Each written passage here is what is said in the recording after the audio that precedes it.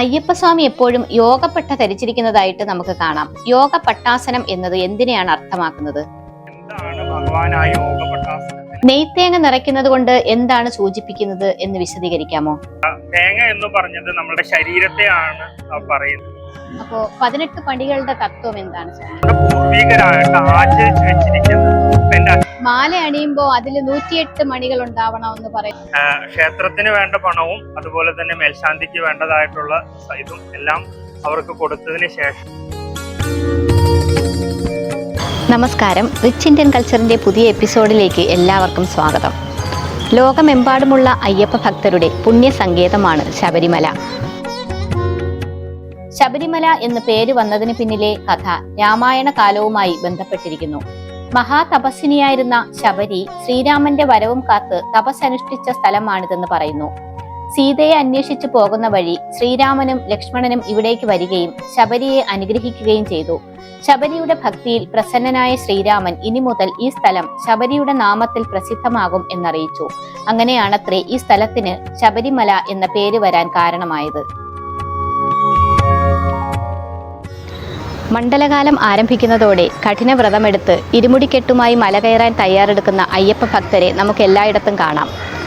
ശരണം വിളികളാൽ മുഖരിതമാണ് ഈ സമയം. മാലയണിഞ്ഞ് വ്രതമനുഷ്ഠിച്ച് തുടങ്ങുന്നത് മുതൽ 18ാം പടി കയറി അയ്യപ്പ സന്നിധിയിൽ എത്തുന്നത് വരെയുള്ള ഓരോ കാര്യങ്ങൾക്കും ഓരോ അർത്ഥമുണ്ട്.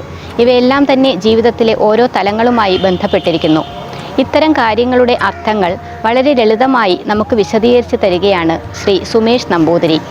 ശ്രീ സുമേഷ് നമ്പൂതിരിയും ശ്രീ പത്മനാഭൻ നമ്പൂതിരിയും ചെന്നൈ KK നഗറിലുള്ള അയ്യപ്പൻ ഗോശാലകൃഷ്ണൻ ക്ഷേത്രത്തിലെ മേൽശാന്തിമാരാണ്.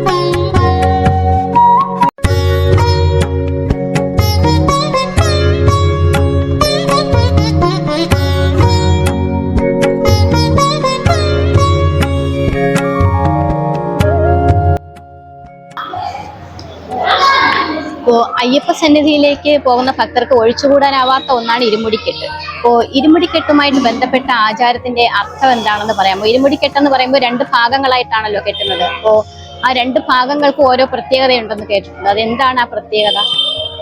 ഇരുമുടിയില് ഒന്ന് നമ്മള് ദേവനുള്ള അഭിഷേകത്തിനുള്ള നെയ്യും മറ്റേതില് നൈവേദ്യങ്ങളും ആണ്. ആദ്യം മുൻകാലങ്ങളെല്ലാം നമ്മൾ ക്ഷേത്രത്തിലേക്ക് പോകുന്ന സമയത്ത് നമുക്ക് വേണ്ട ഭക്ഷണങ്ങളെല്ലാം നമ്മൾ കൊണ്ടുപോകണം എന്നുള്ളൊരു ഇതുണ്ടായിരുന്നു. അപ്പോൾ മുൻകെട്ടിനകത്ത് ഭഗവാനുള്ള ആദ്യം ഭഗവാന്റെ അഭിഷേകം, നൈവേദ്യം, പിന്നെ കാണിക്ക സമർപ്പണം, ഇതാണ് അതിനകത്തുള്ളത്. ഒന്ന് നെയ്ത്തേങ്ങ, അതിനകത്ത് നെയ്യ് നിറച്ചിട്ട് ഭഗവാൻ അഭിഷേകിക്കാനുള്ള നെയ്യ്, പിന്നെ അതില് പച്ചരി നിറച്ചിട്ട് അത് ഭഗവാന് നൈവേദ്യം സമർപ്പിക്കാനായിട്ടുള്ളത്, പിന്നെ വെറ്റിലയില് ഭഗവാന്റെ കാണിക്ക ചുരിക ഇതെല്ലാം വെച്ചുകൊണ്ട് അത് ഭഗവാന് കാണിക്ക സമർപ്പണം. ഇതാണ് മുൻകെട്ടിനകത്ത് ഭഗവാന്റെ നൈവേദ്യങ്ങളും ഇതൊക്കെ കാണും മുൻകെട്ടിനകത്ത്. പിൻകെട്ടിനകത്ത് എന്ന് വെച്ചാൽ അത് നമുക്ക് നമ്മുടെ യാത്രയ്ക്ക് ആവശ്യമുള്ള സാധനങ്ങള്, ഭക്ഷണത്തിനുള്ളതെല്ലാമാണ് പിൻകെട്ടിനകത്ത് മുൻകാലങ്ങളിലെല്ലാം കൊണ്ടുപോയിരുന്നത്. ഇപ്പൊ നമ്മളുടെ സൗകര്യങ്ങളൊക്കെ വിപുലീകരിച്ചതുകൊണ്ട് നമ്മളിപ്പോ അത് 2 കെട്ടിലായിട്ട് ഭാഗമായിട്ട് തിരിച്ച് കൊണ്ടുപോകണം എന്നതാണ്. അപ്പോ അത് ഭക്തന്റെ, അതായത് ദുരിതങ്ങളെല്ലാം അവിടേക്ക് സമർപ്പിച്ചിട്ട് നന്മകൾ തിരിച്ചു കൊണ്ടുവരുന്നത് പോലെയാണോ? അപ്പൊ ആ ഇരുമുടി കെട്ടുകൊണ്ട് ഈ ഇരുമുടി ഭഗവാന്റെ അടുത്തേക്ക് നമ്മൾ യാത്ര ഈ 41 ദിവസത്തെ വ്രതം എടുത്ത് നമ്മൾ പോകുന്ന സമയത്ത് നമ്മളിലേക്ക് തന്നെ ചുരുങ്ങുക എന്നുള്ളതാണ്. നമ്മളെ തിരിച്ചറിയുക എന്നുള്ളതാണ്. അതാണ് ഈ നമ്മുടെ വസ്ത്രധാരണത്തിലും അടക്കം പറയുന്നത്. കറുപ്പ് എന്ന് പറയുന്നത് എന്താണ്? എല്ലാത്തിനെയും മറ്റെല്ലാ വിവിധമായ വർണ്ണങ്ങൾക്കെല്ലാം വ്യത്യസ്തങ്ങളായ ഇതുണ്ട്. പക്ഷെ കറുപ്പ് എന്താണ്? എല്ലാത്തിനും ഇരുട്ടടക്കാണ്. അപ്പൊ നമ്മൾ എന്താണ്, നമ്മളിലേക്ക് തന്നെ നമ്മൾ ഇറങ്ങി ചെല്ലുക എന്നുള്ളതാണ്. അത് തന്നെയാണ് നമ്മൾ അവിടെ കയറി ചെല്ലുമ്പോഴും ഭഗവാൻ എഴുതി വെച്ചിരിക്കുന്നത്, തത്വമസി എന്ന് എഴുതി വെച്ചിരിക്കുന്നത്. നീ ആരെയാണോ തേടി വന്നത് അത് നീ തന്നെയാണ് എന്നാണ് ഭഗവാൻ പറയുന്നത്. അപ്പൊ ഈ യാത്രയുടെ ഇപ്പൊ നമ്മള് സന്യാസം എന്ന് പറയുന്ന വിധത്തില് ഈ പറഞ്ഞ എല്ലാത്തിനെയും നമ്മൾ ത്യജിക്കുകയാണ്. അപ്പൊ നമ്മളുടെ ഭാര്യയുണ്ട്, മക്കളുണ്ട്, നമ്മുടെ ഗൃഹസ്ഥാശ്രമ ജീവിതമുണ്ട്. അപ്പൊ അതിനെല്ലാം നമ്മൾ ഒഴിച്ച് ഈ 41 ദിവസം എന്താണ് നമ്മൾ സന്യാസിയായിട്ട് ഇരിക്കുകയാണ്. ഈ കറുപ്പ് വസ്ത്രം കൊടുത്ത് നമ്മളപ്പോ എന്താണ് നമ്മൾ ആ ഒരു ഭഗവാന്റെ ആ ഇതിലേക്ക് നമ്മൾ മാറുകയാണ്. എന്താണ് ഭഗവാൻ ആ യോഗ പട്ടാസനത്തില് ആ കാടിനകത്ത് ഭഗവാൻ ഇരിക്കുന്നത്, ആ ഇത് നമ്മളിലേക്ക് സ്വയം നമ്മൾ ഇറങ്ങിച്ചെന്ന് നമ്മളെ തന്നെ മനസ്സിലാക്കുക എന്നുള്ളതാണ് ഈ 41 ദിവസത്തെ വ്രതം കൊണ്ടും ഈ വസ്ത്രധാരണം ഒക്കെ അപ്പോ നീല നിറവും അങ്ങനെ തന്നെയാണ്. അതെ, നീലും കറുപ്പും ഒരേ ഭാഗമാണ്. അപ്പോ കന്നി അയ്യപ്പന്റെ ഇരുമുടിക്കെട്ടിന് എന്തെങ്കിലും വ്യത്യാസം ഉണ്ടാവോ? കറുപ്പ് ചുമപ്പ് നിറം അങ്ങനെ എന്തെങ്കിലും ഉണ്ടോ? അങ്ങനെയില്ല. ഇപ്പൊ എല്ലാം കറുപ്പ് വസ്ത്രത്തിലാണ് ഈ ഇരുമുടികളെല്ലാം എടുക്കേണ്ടത്. അപ്പൊ അതിന്റെ ഒരു വകഭേദമായിട്ട് അവര് നീലവസ്ത്രം കൂടി, ഭഗവാൻ നീലവസ്ത്രധാരി ആയതുകൊണ്ട് കൂടെ അത് ഭഗവാന്റെ നിറം നിലയായതുകൊണ്ടും അവര് നീലവസ്ത്രം കൂടി എടുക്കണമെന്നുള്ളൂ. അയ്യപ്പസ്വാമി എപ്പോഴും യോഗപ്പട്ട ധരിച്ചിരിക്കുന്നതായിട്ട് നമുക്ക് കാണാം. യോഗ പട്ടാസനം എന്നത് എന്തിനെയാണ് അർത്ഥമാക്കുന്നത്? അയ്യപ്പന് മാത്രമല്ല ഈ യോഗ പട്ടാസനത്തിൽ ഇരിക്കുന്നത്, നരസിംഹമൂർത്തിയുണ്ട്, അതുപോലെ തന്നെ ആഞ്ജനേയരുണ്ട്. ഈ നിത്യബ്രഹ്മചാരികളായിട്ടുള്ള ദേവന്മാരായ അവരെല്ലാം ഈ യോഗ പട്ടാസനത്തിലാണ് അമർന്നിരിക്കുന്നത്. യോഗ പട്ടാസനം എന്ന് പറഞ്ഞാൽ അവിടെ നിന്ന് എണീക്കാൻ പറ്റാത്ത ഒരു അവസ്ഥ എന്നതല്ല, ഏറ്റവും കാഠിന്യമേറിയ യോഗാസനങ്ങളിൽ ഒന്നാണ് അത്.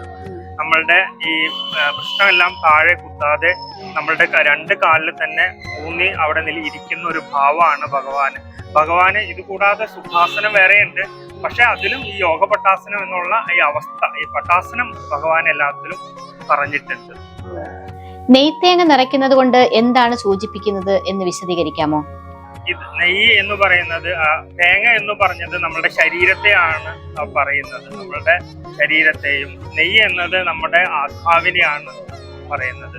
നമ്മളുടെ ആത്മാവിനെ ആ ഭഗവാനിലേക്ക് സമർപ്പിക്കുകയാണ്. നമ്മളുടെ എല്ലാ ദുരിതങ്ങളും ദുഃഖങ്ങളെല്ലാം ആ ഭഗവാനിലേക്ക് സമർപ്പിച്ചുകൊണ്ട് അത് നമ്മളുടെ ശരീരമാകുന്ന ആ ഇതിനകത്ത് നിറച്ചുകൊണ്ട് ഭഗവാന് സമർപ്പിക്കുക എന്നുള്ളതാണ്. നെയ് ഭഗവാന് സമർപ്പിച്ച ശേഷം തേങ്ങ അഗ്നികുണ്ഡത്തിലേക്ക് ഇടുകയാണല്ലോ ചെയ്യുന്നത്. അതെന്തുകൊണ്ടാണ് അങ്ങനെ ചെയ്യുന്നത്?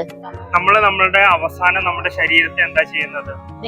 നമ്മള് അഗ്നിയിലേക്ക് ദഹിപ്പിക്കുകയാണ്. അതിന്റെ ഒരേ ഇത് തന്നെയാണ് അവിടെ നമ്മൾ ചെയ്യുന്നത്. കാരണം എന്ന് വെച്ച് കഴിഞ്ഞാൽ നമ്മൾ ആ ആത്മാവിനെ ഭഗവാനിലേക്ക് അർപ്പിച്ചു കഴിഞ്ഞാൽ പിന്നെന്തായി, ആ ശരീരത്തിന് ഒന്നുമില്ല. അപ്പൊ അത് ആ അഗ്നിയിലേക്ക് സമർപ്പിക്കുകയാണ്.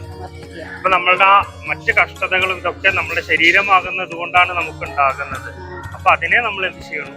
ആ അഗ്നിയിലേക്ക് സമർപ്പിച്ച് ആ മോക്ഷം എന്നത് നമുക്ക് എന്താണ്, നമുക്ക് സുഖവും സന്തോഷവും സമാധാനവും ഒക്കെ ഉണ്ടാകുക എന്ന് പറയുന്നത് തന്നെയാണ് മോക്ഷം എന്ന് പറയുന്നത്. അപ്പൊ അത് ഭഗവാനിൽ നിന്ന് നമ്മൾ ഏറ്റുവാങ്ങുന്നു എന്നതാണ് അവിടെ. അപ്പോ 18 പടികളുടെ തത്വം എന്താണ്? 18 പടികൾ എന്ന് പറയുമ്പോൾ അതിന് ഓരോ തത്വം ഉണ്ടല്ലോ, അതെന്താണ്? സാധാരണ മനുഷ്യർക്ക് മനസ്സിലാക്കണമല്ലോ അത്. ഈ നമ്മള് പറയുന്നത് 18 പടികളില് 10 ഇതും നമ്മളുടെ ശാസ്ത്രങ്ങളെ കുറിച്ച് പറയുന്നുണ്ട്.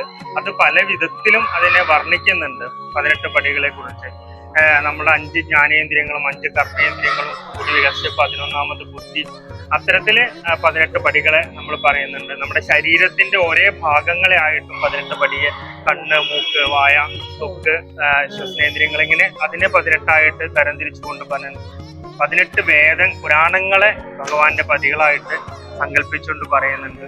അതുപോലെ തന്നെയാണ് 18 മലകളെ ഭഗവാന്റെ ആ പടിയെ സങ്കല്പിച്ചുകൊണ്ട് പറയുന്നുണ്ട്. നമ്മുടെ ശബരിമലയിൽ ഏറ്റവും പ്രധാനപ്പെട്ട 2 എന്ന് വെച്ചാൽ, ഒന്ന് 3 ശ്രീചക്ര പ്രതിഷ്ഠയുള്ള ക്ഷേത്രമാണ് ശബരിമല എന്ന് പറയുന്നത്.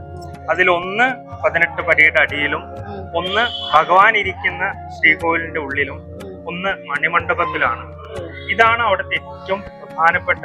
എന്തുകൊണ്ടാണ് നമ്മൾ ഈ 18 പടിയിൽ പൂജകൾ നടത്തണേ എന്ന് ചോദിച്ചു കഴിഞ്ഞാൽ, മണിമണ്ഡപത്തിലും 18 പടിയിലൊക്കെ പൂജ എന്തിനാ നടത്തണേ എന്ന് ചോദിച്ചു കഴിഞ്ഞാൽ, അവിടെയാണ് ഈ ശ്രീചക്രത്തെ പ്രതിഷ്ഠിച്ചിരിക്കുന്നത്. ശ്രീചക്രത്തിന്റെ വിധാനങ്ങളാണ് ഈ 18 പടികൾ. നമ്മൾ അങ്ങോട്ട് കടക്കുക. ഓരോ ശ്രീചക്ര പൂജയിൽ പറഞ്ഞിട്ടുണ്ട്, ഓരോ ഘട്ടമായിട്ടാണ് നമ്മൾ കിടക്കുന്നത്. അവസാനമാണ് നമ്മൾ മേരുവിലേക്ക് എത്തുന്നത്.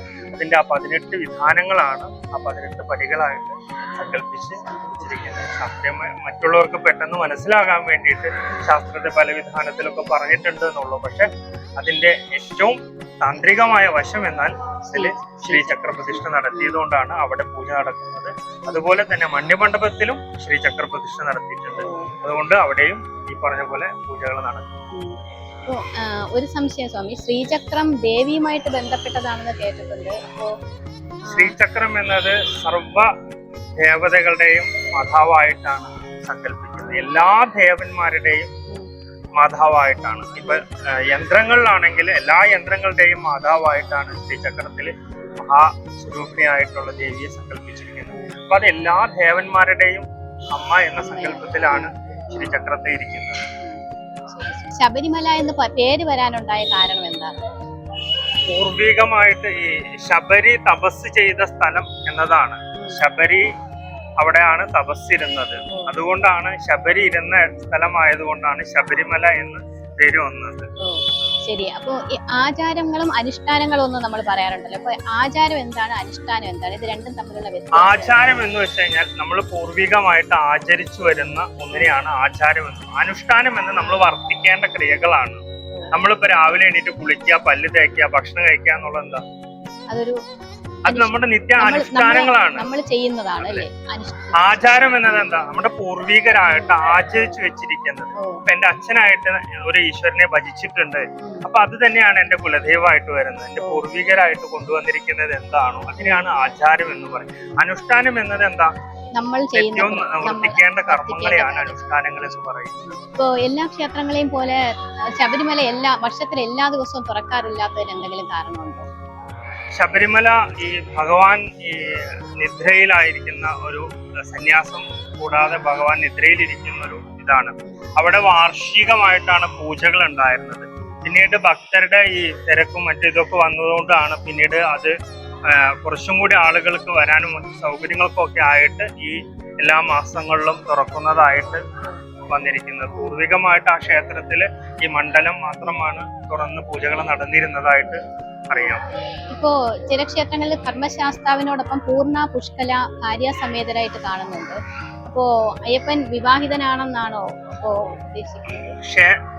ഭഗവാന് ഈ ശബരിമലയിൽ ഇരിക്കുന്ന ശാസ്താവിന് ശാസ്താവായിട്ട് മാത്രമല്ല അവതാരങ്ങളുള്ളത്. ഭഗവാന് പിന്നെയും ഒരുപാട് അവതാരങ്ങളുണ്ട്. അതിലൊരു അവതാരം മാത്രമാണ് ശബരിമലയിൽ ഇരിക്കുന്നുള്ളൂ. അയ്യപ്പനായിട്ട് ഇരിക്കുന്ന ഈ ധർമ്മശാസ്താവായിട്ട് ഇരിക്കുന്ന ഈ ഒരു ഇത് അവിടെ മാത്രമേ ഉള്ളൂ.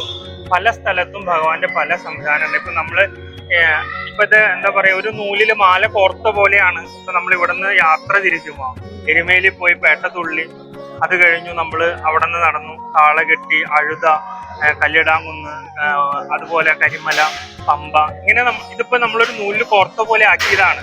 പക്ഷെ ഇതെല്ലാം ഒരു യുഗത്തിൽ നടന്നിരിക്കുന്ന കാര്യങ്ങളല്ല. പല യുഗങ്ങളായിട്ട് നമ്മൾ വാപുരന്റെ ചരിത്രം എടുത്തു കഴിഞ്ഞാൽ അത് ഈ കലികാലത്തിൽ നടന്നിരിക്കുന്നതാണ്. പക്ഷെ മഹിഷിയെ വധം ചെയ്തിരിക്കുന്നത് ശാസ്താവ് മുൻപ് പന്തളത്ത് അവതരിക്കുന്നതിന് മുൻപ് ദേവലോകത്ത് അവതരിച്ചിട്ടാണ് മഹിഷിയെ വധം ചെയ്തിരിക്കുന്നത്. അപ്പൊ ഇതെല്ലാം ഓരോ യുഗങ്ങളിൽ നടന്നിട്ടുള്ള ഇതാണ്. അതിനെല്ലാം ക്രോഡീകരിച്ചുകൊണ്ട് ഇപ്പൊ നമ്മളൊരു യാത്ര പോലെ ആക്കി ഇവിടെ എരുമേലിയിൽ പേട്ടത്തുള്ള, അത് കഴിഞ്ഞ് കഴിഞ്ഞാൽ തിരിച്ച് നമ്മൾ കാനനപാത വഴി പോകുമ്പോൾ ഓരോ സ്ഥലങ്ങളും അത് കാണുന്നത് അത് അതിൻ്റെതായ ഓരോ കാലങ്ങളിൽ നടന്നിരിക്കുന്ന സംഭവങ്ങളാണ്. അല്ലാതെ അത് ഒരു സമയത്ത് നടന്നിരിക്കുന്ന ഒരു യുഗത്തിൽ നടന്നിരിക്കുന്ന കാര്യങ്ങളല്ല, പല യുഗങ്ങളിലായിട്ട് നടന്നിരിക്കുന്നതാണ്. ഈ പരശുരാമൻ ശബരിമല പ്രതിഷ്ഠ നടത്തുന്ന സമയത്ത് പന്തള രാജാവിന്റെ അടുത്ത് ചോദിക്കുന്നുണ്ട്, വിഗ്രഹം വേണമെന്ന് പറയുന്നുണ്ട്. അപ്പൊ അദ്ദേഹം ഒരുപാട് വിഗ്രഹങ്ങൾ കാണിച്ചു കൊടുത്തിട്ടാണ് പറയുന്നത്, ഇതിൽ ഏതെങ്കിലും ഒന്നെടുത്ത് പ്രതിഷ്ഠ നടത്താമെന്ന് പറയാണ്.